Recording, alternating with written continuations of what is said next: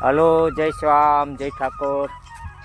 Hello, નમસ્કાર મિત્રો. ચોક્કસ આજ અમે આવ્યા છે સીનાભાઈની વાડીએ માંડવી ખેંચવા, અને આજનું વાતાવરણ પણ થોડુંક ઉકળાટવાળું છે, વાદળા પણ છે.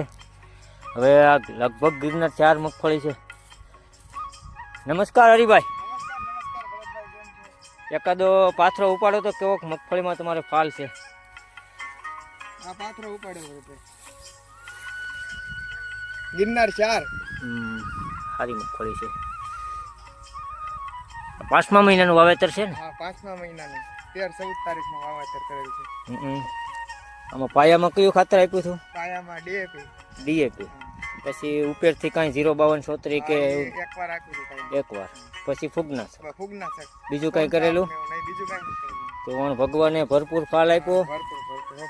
જોઈ શકો છો. હવે તો આ થોડી થોડી ઉગવા મળી છે, અને વાદળા પણ થઈ ગયા. એટલે ખેડૂત મિત્રો, આ નવરાત્રિ આજ બીજું નોરતું છે, અને 24-25 તારીખમાં જો આ મગફળી નીકળી જાય એટલે આપણે હરિભાઈ હોળે હોળ ભગવાને આપ્યું એમ ને. જોઈ શકો છો તમે. આપણે દોડવા ભેણ્યા આમાં 71 દોડવા છે. કેટલા? 71. શાળા તો કવિ છે.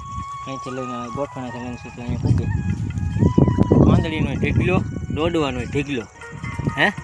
અને અમારે હમણાં વરસાદની બીકે અમારો ઢીગલો થઈ ગયો. જો લાલા કેમ છે? જો ગમે તે ભાઈ, ગમે એ જગ્યાએ જો ભરપૂર મગફળી છે. ફાલ સારો છે ભાઈ. અને પાકની પણ સારી માંડવી સારી છે. હાલો ત્યાં મિત્રો, આજના વિડીયોમાં બસ એટલું. જય ઠાકોર.